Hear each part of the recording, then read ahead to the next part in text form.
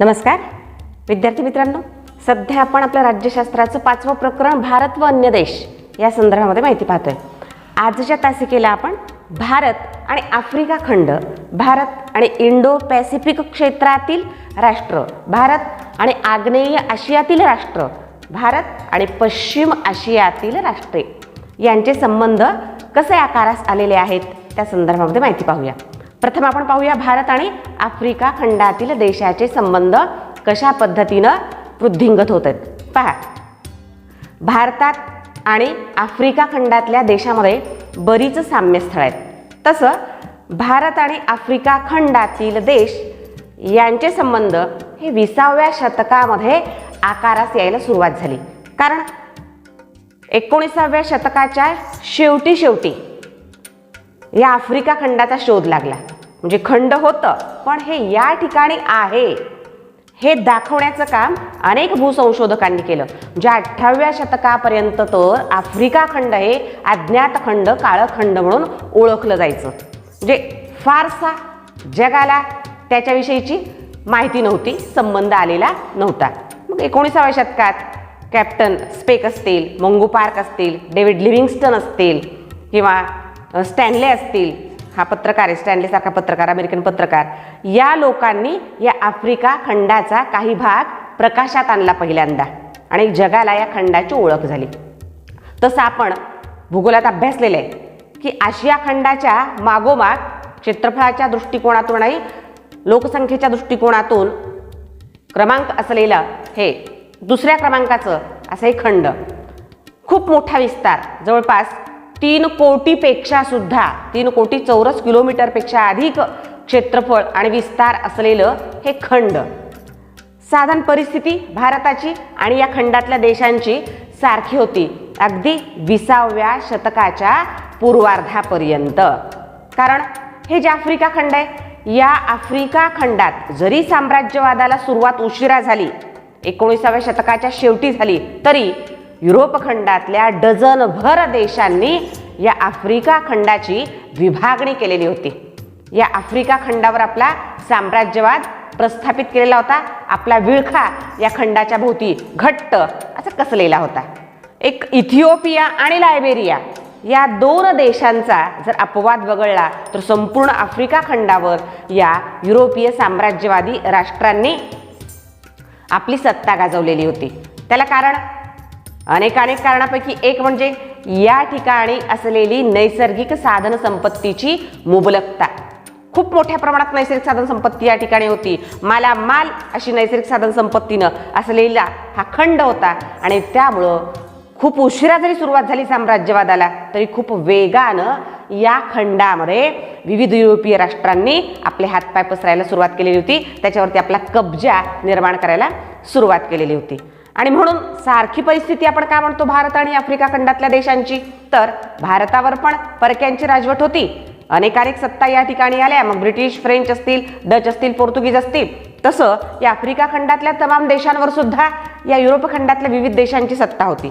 जसा भारतानं या परकीय राजवटीतून, गुलामगिरीतून, पारतंत्र्यातून आपल्या देशाला मुक्त करण्यासाठी, स्वातंत्र्य प्राप्त करण्यासाठी लढा उभारला, चळवळ केली, त्याप्रमाणे भारताचा आदर्श समोर ठेवून जसं भारताने स्वातंत्र्य प्राप्त केलं त्याच पद्धतीने आपणही या परक्या राजवटींच्या विरोधामध्ये चळवळी उभाराव्यात, आंदोलन करावं, लढा उभारावा आणि आपल्या भागाला, आपल्या प्रदेशाला, राष्ट्रांना मुक्त करावं अशी भावना त्या ठिकाणच्या सुशिक्षित बांधवांमध्ये निर्माण झाली. आणि त्यांनी सुद्धा भारताचा आदर्श समोर ठेवून स्वातंत्र्य चळवळी सुरू केल्या, लढा उभारला आणि आपल्या भागाला, प्रदेशाला, राष्ट्राला परक्या राजवटीच्या जोखडातून मुक्त केलं. ही समानता आहे. बघा, सारखं स्टेटस असणाऱ्या व्यक्ती जशा एकत्र येतात, म्हणजे सारखी सांपत्तिक स्थिती आहे, भाषा आहे, सारखे विचार आहेत, सारख्या परंपरा आहेत, असे लोक एकत्र यायला लवकर मदत होते. तसं सारखी आर्थिक, सामाजिक, राजकीय, सांस्कृतिक परिस्थिती असलेली राष्ट्रसुद्धा लवकर एकमेकांच्या जवळ येतात. आणि अशी सारखीच स्थिती भारत आणि आफ्रिका खंडातल्या देशांची असल्या कारणानं लवकरात लवकर 20व्या शतकापासूनच भारत आणि आफ्रिका खंडातले देश हे एकत्र यायला लागले. आणि आफ्रिका खंडाचं वैशिष्ट्य, या आफ्रिका खंडात घनदाट अरण्य आहेत, सरोवर आहेत विस्तीर्ण अशी, सहारासारखं जगातलं मोठं वाळवंट आहे, अनेकानेक अशी बेटं आहेत, बारमाही वाहणाऱ्या नद्या आहेत. हे सगळं असूनही त्या ठिकाणी विकासाची गती खूपच धीमी होती. सुरुवातीला साम्राज्यवादाचा शिकार म्हणून आणि त्यानंतरही तिथं असलेल्या मनुष्यबळाचा योग्य पद्धतीनं वापर, त्या मनुष्यबळाचा सर्वांगीण विकास त्या ठिकाणच्या सरकारांना करता आला नाही. आणि त्या क्षेत्रामध्ये भारताने एक आपल्याच शेजारचा, आशिया खंडाच्या शेजारचं खंड, त्याचाही विकास धीम्या गतीनं का असेना पण झालाच पाहिजे या दृष्टिकोनातून, आणि तसंच स्वार्थ आणि परमार्थ त्या ठिकाणच्या खनिज संपत्तीचा, नैसर्गिक साधन संपत्तीचा आपल्याला आणि त्यांना दोघांनाही विकासासाठी उपयोग करता येईल का या दृष्टिकोनातून विचार करायला सुरुवात केली. आणि आफ्रिका खंडातल्या बऱ्याच देशांशी विविध क्षेत्रामध्ये भारताने करार करून सहकार्याचे संबंध प्रस्थापित केले. मग त्यामध्ये आरोग्य आहे, कोणकोणत्या क्षेत्रामध्ये हे सहकार्याचे संबंध प्रस्थापित झाले? आरोग्य, पर्यटन, शेतीचं क्षेत्र आहे म्हणजे सिंचनाचं क्षेत्र आहे, त्यासोबतच कला, संस्कृती, त्या ठिकाणची जी नैसर्गिक साधन संपत्ती आहे तिचा विकास करणं असेल,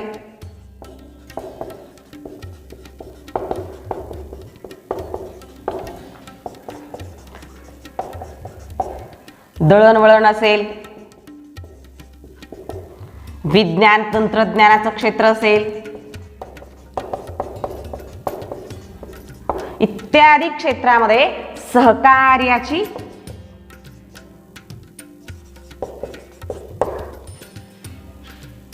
भावना भारत आणि आफ्रिका खंडातल्या देशांमध्ये निर्माण झाली. मग मी आत्ता म्हणाले की आफ्रिका खंड हे नैसर्गिक साधन संपत्तीनं मालामाल असलेले देश आहेत आणि अशा नैसर्गिक साधन संपत्ती मुबलक प्रमाणात असलेल्या देशांसोबत भारताने विशेष करार केले आणि त्यांचाही फायदा आणि आपलाही फायदा करण्याच्या दृष्टिकोनातून हे संबंध वाढत गेले. त्यात इजिप्त,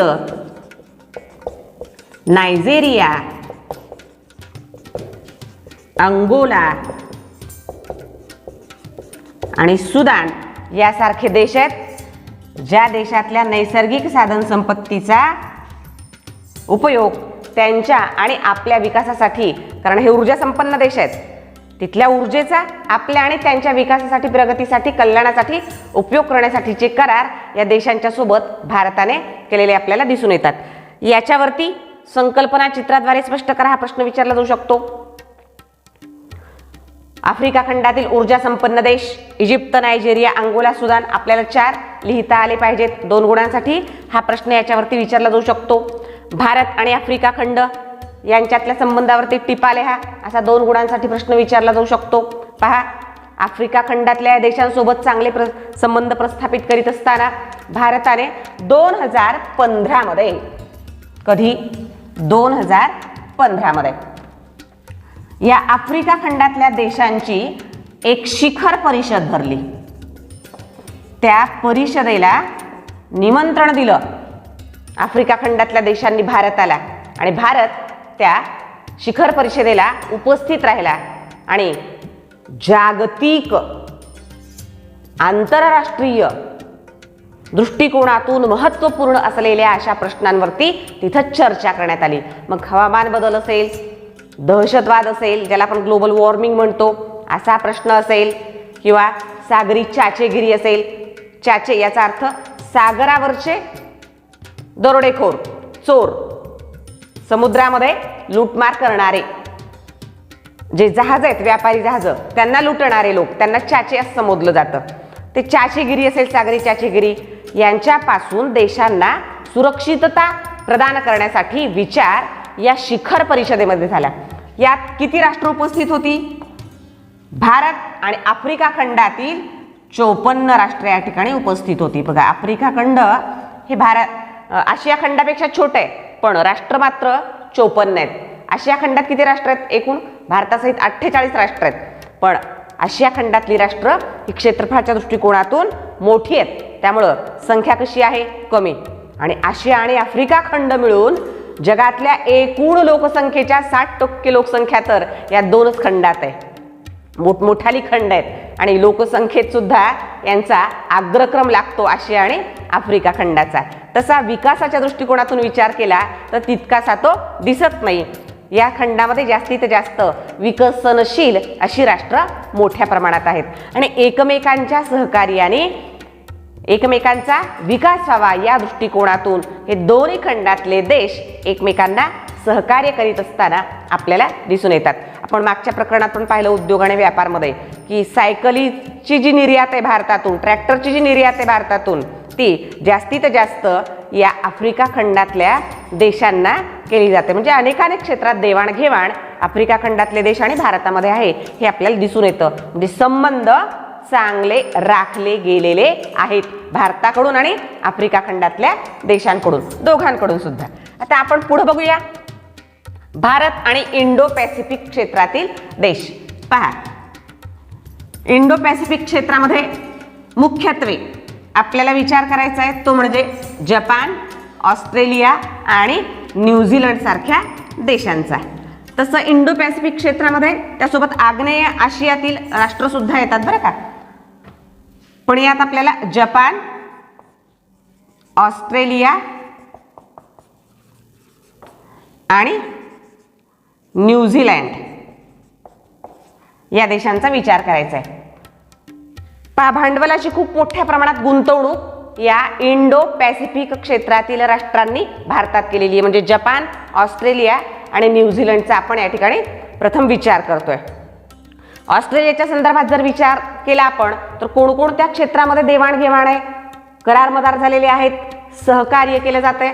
तर ऑस्ट्रेलिया सारख्या देशासोबत सामाजिक सुविधा असतील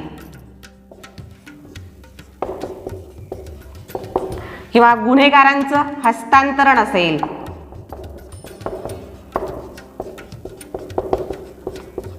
किंवा अंमली पदार्थांची तस्करी रोखण्यासाठी जी मोहीम आहे, ज्याला ड्रग्ज आपण म्हणतो, नशा आणणारे पदार्थ, तस्करी म्हणजे काय, चोरटा व्यापार. हा चोरटा व्यापार रोखण्यासाठी दोन्ही राष्ट्रांनी मोहीम जारी केलेली आहे, चालू केलेली आहे.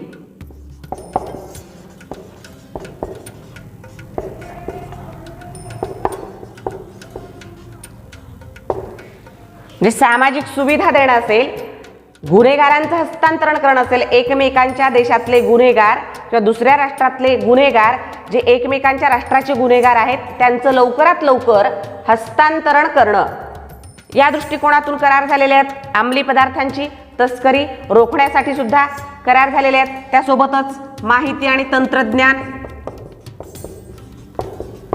या क्षेत्रातल्या विकासाच्या दृष्टिकोनातून सुद्धा करार मदार झालेले आपल्याला दिसून येतात. त्यासोबतच पर्यटनाचा विकास, पर्यटन, त्यासोबतच कला आणि संस्कृती यांचं आदान प्रदान व्हावं, जास्तीत जास्त प्रसार व्हावा आणि संबंध चांगले राखण्यासाठी मदत व्हावी, अशा पद्धतीचे या क्षेत्रातल्या विकासासाठी ऑस्ट्रेलिया आणि भारत या दोन देशांमध्ये करार झालेले आपल्याला दिसतात आणि त्यातून व्यापारी आर्थिक हितसंबंध सुद्धा टिकवण्याचं काम झालेलं आहे. यासोबत जपान या देशासोबत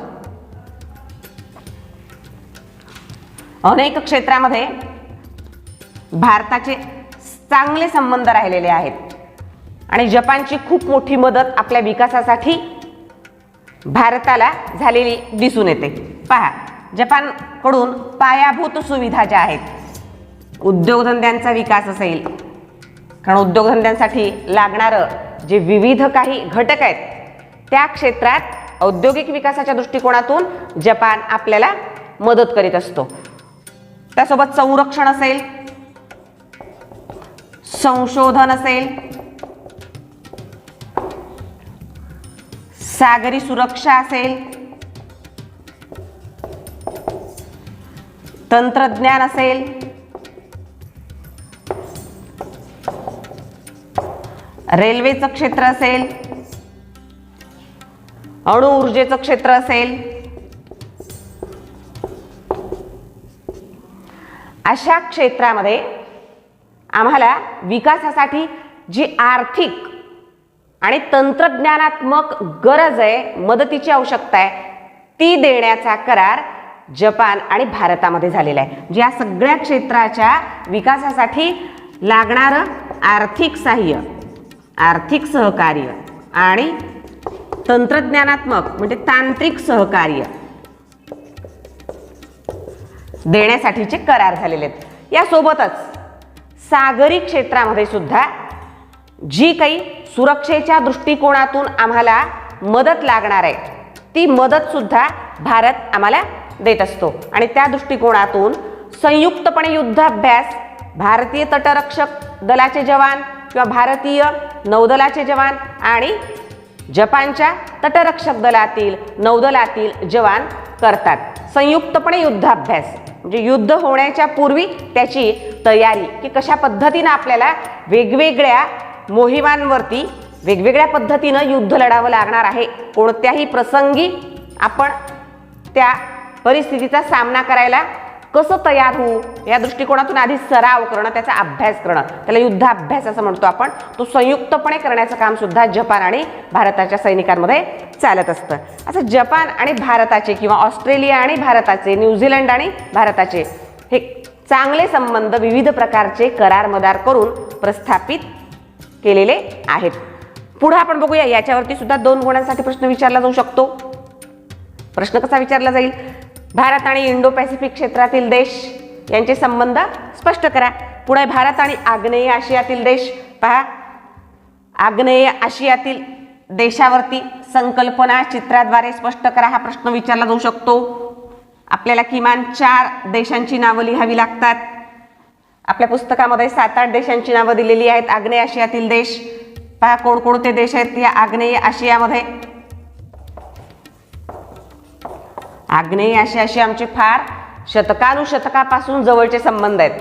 आग्नेय आशियातले काही देश तर आमच्याच देशाचा, भारतीय उपखंडाचाच शतकानुशतकांपूर्वी भाग होते. त्यात सिंगापूर आहे, आग्नेय आशियातील देश. इंडोनेशिया आहे, संकल्पना चित्राद्वारे स्पष्ट करा, हा प्रश्न 2 गुणांसाठी याच्यावरती विचारला जाऊ शकतो. आग्नेय आशियातील देश. लाओस आहे, कंबोडिया आहे, थायलंड आहे,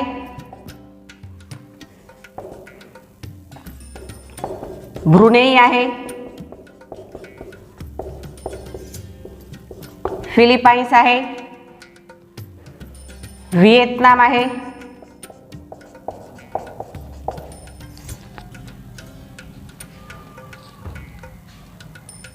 त्यासोबत म्यानमार आहे, मलेशिया आहे. हे असे आग्नेय आशियातील हे देश आहेत. आग्नेय आशियातील देश आणि भारत यांच्यात सांस्कृतिकदृष्ट्या बरंच साम्यस्थळ आहेत. अनेक मंदिरं, स्तूप या देशांमध्ये आपल्याला पाहायला मिळतात.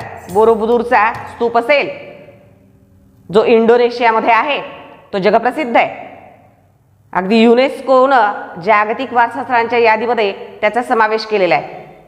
किंवा मंदिरं असतील, अंकोरवटचं मंदिर असेल, म्हणजे मंदिरं आहेत, कृष्णाची मंदिरं आहेत, विष्णूची मंदिरं आहेत, रामाची मंदिरं आहेत, गणपतीची मंदिरं आहेत. एकूण सांगायचं काय तर सांस्कृतिक बरंच साम्य आणि जवळीक या आग्नेय आशियातील देशांमध्ये आणि भारतामध्ये असलेलं आपल्याला दिसून येतं. अगदी 1991च्या वेळी जेव्हा आम्ही मुक्त अर्थव्यवस्थेचा स्वीकार केला, त्यावेळी या देशांसोबत आमचे संबंध, व्यापारी आणि आर्थिक संबंध हे सुधारायला मदत झाली 1991 नंतर.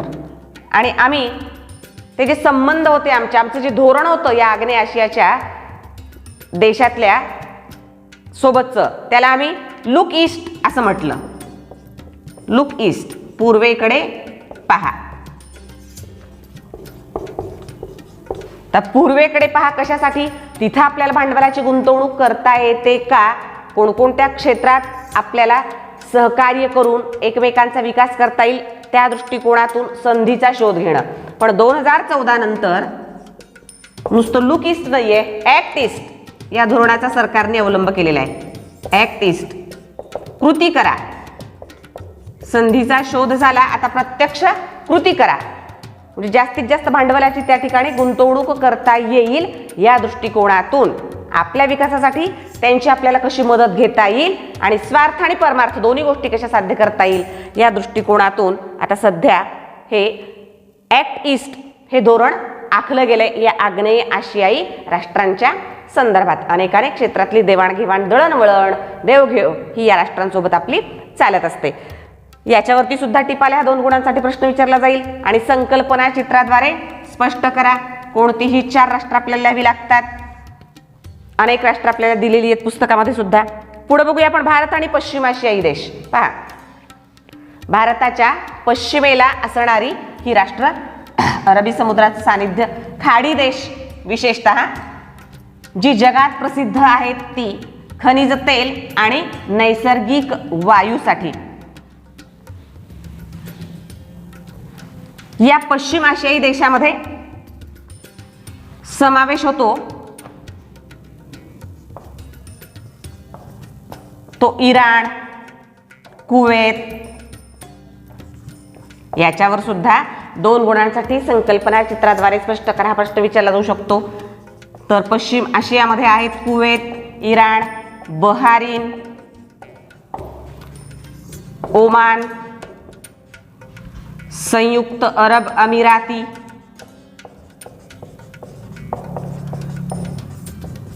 किंवा सौदी अरेबिया,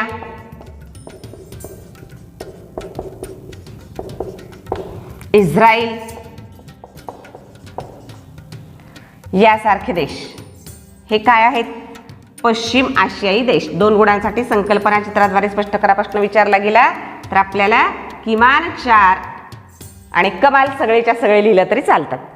या देशांची नावं लिहावी लागतात. मी आत्ता म्हणाले की नैसर्गिक वायू आणि खनिज तेल यांची जी भारताची गरज आहे ती गरज भागवण्यासाठी भारत या पश्चिम आशियाई राष्ट्रांवरती अवलंबून आहेत. आणि त्यातही इस्रायलचा वेगळा विचार करावा लागतो आपल्याला.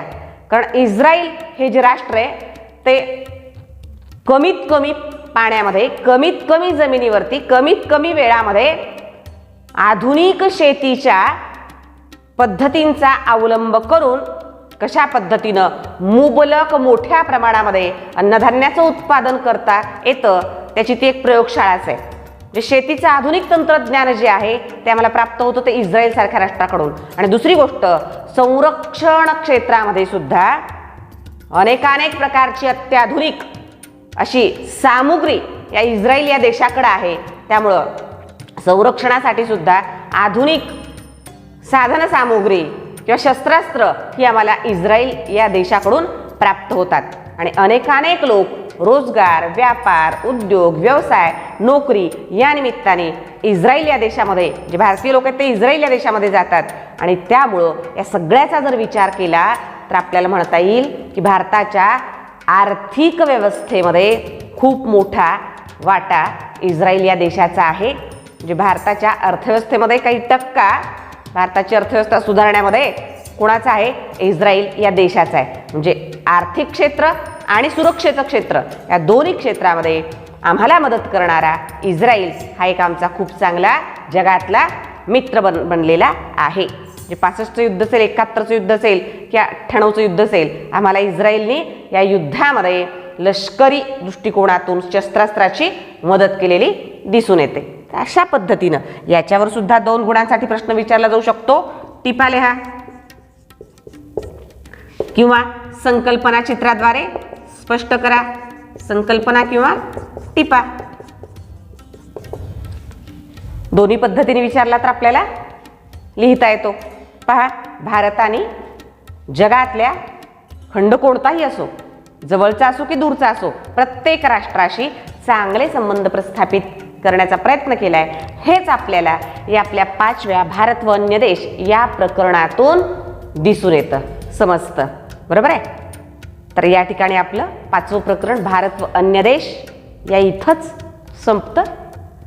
नक्की वाचन करायचं आहे, वाचनाशिवाय पर्याय नाही. समजपूर्वक वाचन करा. या प्रकरणावर कुठल्याही पद्धतीचा प्रश्न विचारला गेला तर आपल्याला त्याचं उत्तर लिहिता येईलच. ठीक आहे. Have a nice day.